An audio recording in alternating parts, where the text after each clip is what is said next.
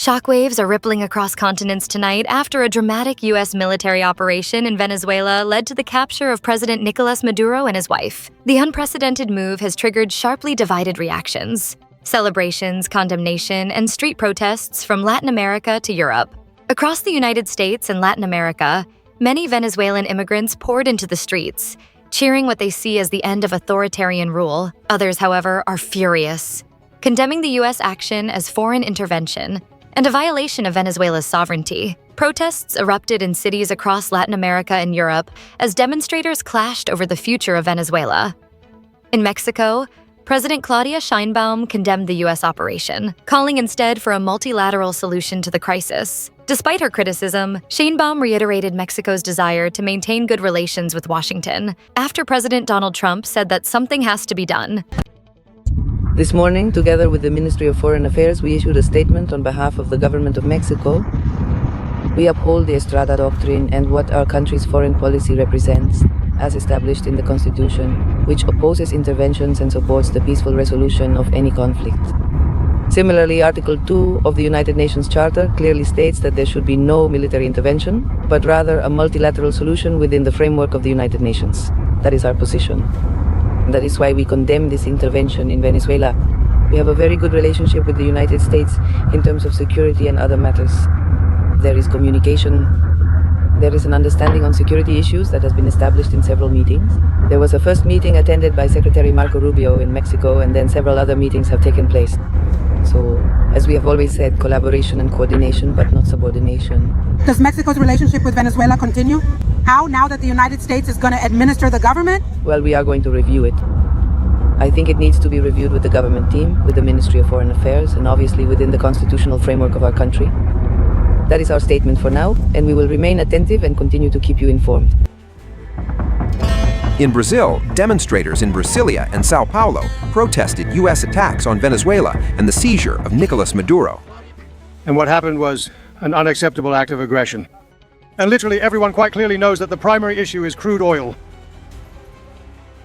It was an act, indeed, a truly unjust, deeply immoral, and utterly illegal action, one that is most certainly deserving of despicable cowards. It's a deception, because what Trump wants are the riches of the place, it's the oil, and in the future it could be Brazil's oil. In France, French left-wing groups rallied against the U.S. military operation. Nicolás Maduro has ordered how unpleasant it is to see that France does not speak out, that the President of the French Republic delegates to his pitiful Minister of Foreign Affairs. Vague words that name neither those responsible nor the guilty parties. Nor do they say who should be supported. Does France have any other option on the international stage? Other than being totally radically independent, that is non-aligned? Why this abasement before the empire? Why this European civility that once again was expressed through the words of the European Commissioner for Foreign Affairs? It is unacceptable. We must not mince words. We demand the immediate release and return of Nicolás Maduro free to Venezuela. So, of course, his wife, who in this story is a kind of trophy captured by the empire to impress its adversaries. Meanwhile, French President Emmanuel Macron says that 2024 presidential candidate Edmundo González Urrutia should lead a peaceful transition in Venezuela, while adding its people can only rejoice at the removal by the U.S. of President Nicolás Maduro. In Germany's Berlin, protesters termed U.S. President Donald Trump as a fascist as they denounced the U.S. strikes, which also killed several civilians.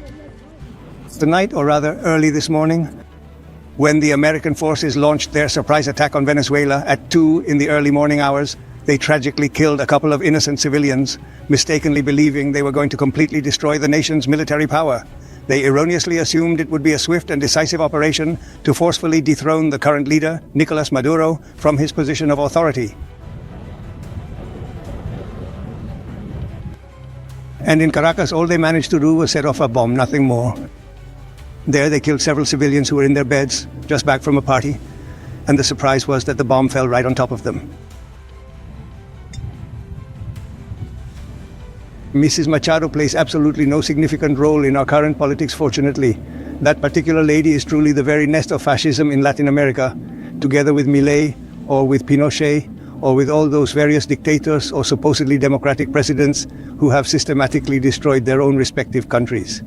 I am here because the imperialism of the United States and the fascist Trump have attacked Venezuela, and it is a truly egregious and utterly fascist attack.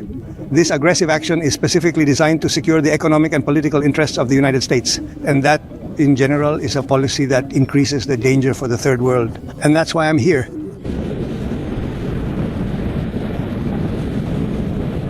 I don't know, I think that I myself understand the cause of this danger of war and in fact this imperialist prophecy.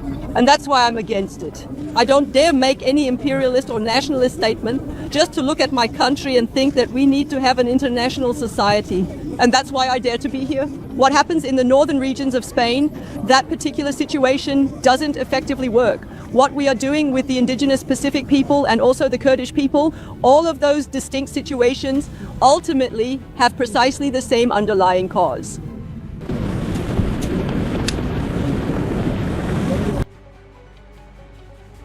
Venezuelans simply have to clearly explain who they truly want to be governed by, or indeed who they do not wish to be governed by. It is important to remember that there is also a form of capitalism present in Venezuela, and this is not solely about the workers or the working class. That's why they have to clarify this, just like in Ukraine, the workers have to clarify this, or in Russia or anywhere else. And not this collaboration between capitalist interests which have now moved closer to the borders.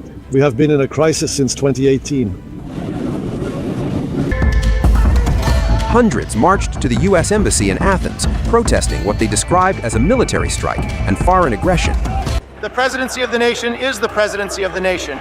We are here to state things as they are, so that people can, so that they can have one day and another as independent countries with self-sufficiency and with democracy. Unfortunately, the attack from NEPA presents us with a new dogma. Monroe, we say that the Greek people are on the right side of history. Time has come together with imperialism. What more can we say? Yet another American intervention on the planet. In Buenos Aires, the divide was stark. Thousands of Venezuelans celebrated at the obelisk, while left-wing groups protested outside the U.S. Embassy. As if nothing happened, and now they say they're going to govern until the country is stabilized. They lie. They want the common goods. Just as they do in the Middle East, they're doing it in Latin America. That's why we have to say, Yankees out of Venezuela, out of the Caribbean, and out of all Latin America. And of course, the organization. In Venezuela, true freedom and democracy will only be achieved when it is the workers and the people who conquer them. When they rise up and put an end to the completely authoritarian regime, but far from imperialist. In Bogotá's Plaza de Bolívar, Venezuelans celebrated Maduro's capture. Well, we are very clear that things are not going to happen, let's say, right away. Everything will move slowly, little by little, but we have faith and conviction that truly God will give us the strength to keep moving forward and to lift up our own country as we have always done as Venezuelans. Cuban President Miguel Díaz-Canel called on Latin America to close ranks against Washington. Close ranks, peoples of America, let us not allow the giant with 7 tongues to pass.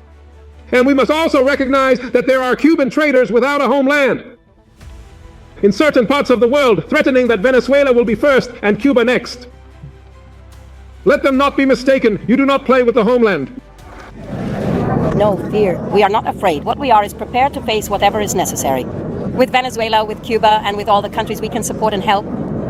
Genocidal, arbitrary violation of international law by the United States government against the brotherly people of Venezuela, whose only aim is to seize their resources.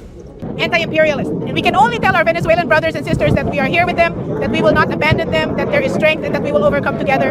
In Quito and Guayaquil, Venezuelans celebrated the ouster of Maduro, while others denounced what they called an illegal intervention. In your country? Yes, of course. Everyone is doing very well. People in Venezuela are quiet, they are calm, they are at home, but they are joyfully singing our anthem, Gloria al Bravo Pueblo, because that's how we achieved it after 26 years of struggle. How long exactly have you been here in this very spot? And thank God the entire international community truly understood that we, the Venezuelan people, were bravely fighting against ruthless criminals who commit egregious crimes against humanity. Their oppressive system of absolute control was based on inflicting profound hunger, relentless persecution, and systematic oppression upon the innocent Venezuelan people. Venezuelans in Panama took to the streets, celebrating Maduro's capture and the bombing of military targets in Caracas. Something very, very happy because we are glad because, look, this is something many Venezuelans have been waiting for through. This, we are fine. Thanks to everyone who is standing on the right side of history, and long live Venezuela and the whole world, because no human being deserves to live through this, much less for so long. Thank you. Super happy. Excited, excited, joyful, happy, crying, can't stop crying, super happy. At last we are free. This is truly the absolutely best news of my life.